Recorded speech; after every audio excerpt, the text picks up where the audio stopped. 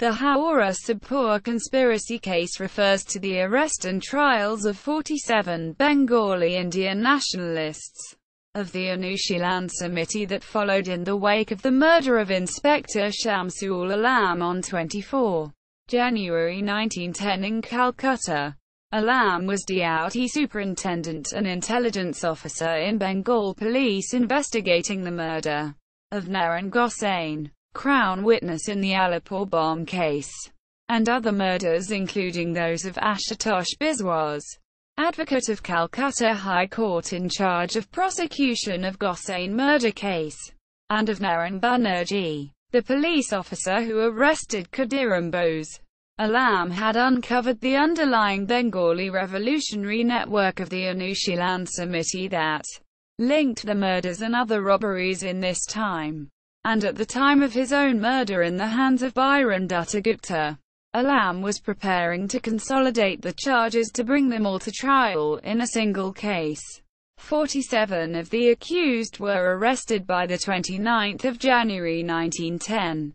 The trial of the accused commenced on the 4th of March 1910 with a second hearing in the Calcutta High Court in July 1910. However, the decentralized structure of the Samiti meant the prosecution's attempts to demonstrate the crimes as linked and the Samiti as an unifying organization failed. 33 of the accused were subsequently acquitted. Of the accused, Jatin Mukherjee and Narendranath Bhattacharjee were among those convicted and sentenced to 1 year's imprisonment. The case is important in having brought Jatindranath Mukherjee's work and Samiti network under the scrutiny of the Raj. Jatindranath Mukherjee's policy of a loose decentralized organization generated scores of regional units, as observed by F.C. Daly more than once. The gang is a heterogeneous one, with several advisors and petty chiefs. From information we have on record we may divide the gang into 4 parts. 1. Gurus. 2. Influential supporters. 3. Leaders. 4. Members. J.C. Nixon's report is more explicit. Although a separate name and a separate individuality have been given to these various parties in this account of them, and although such a distinction was probably observed amongst the minor members, it is very clear that the bigger figures were in close communication with one another and were frequently accepted members of 2 or more of these Samitists.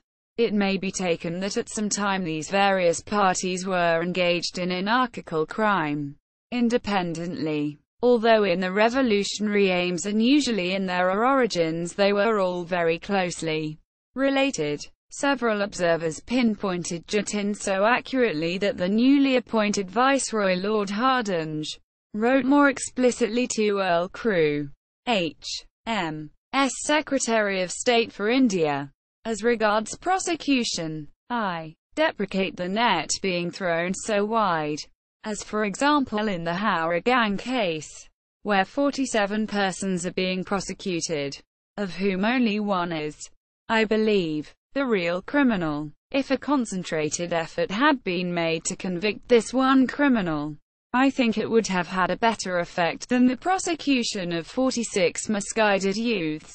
On the 28th of May 1911, Hardinge recognized the 10th Jats case was part and parcel of the Howrah gang case, and with the failure in the latter, the government of Bengal realized the futility of proceeding with the former. In fact, nothing could be worse, in my opinion, than the condition of Bengal and Eastern Bengal. There is practically no government in either province. Quote,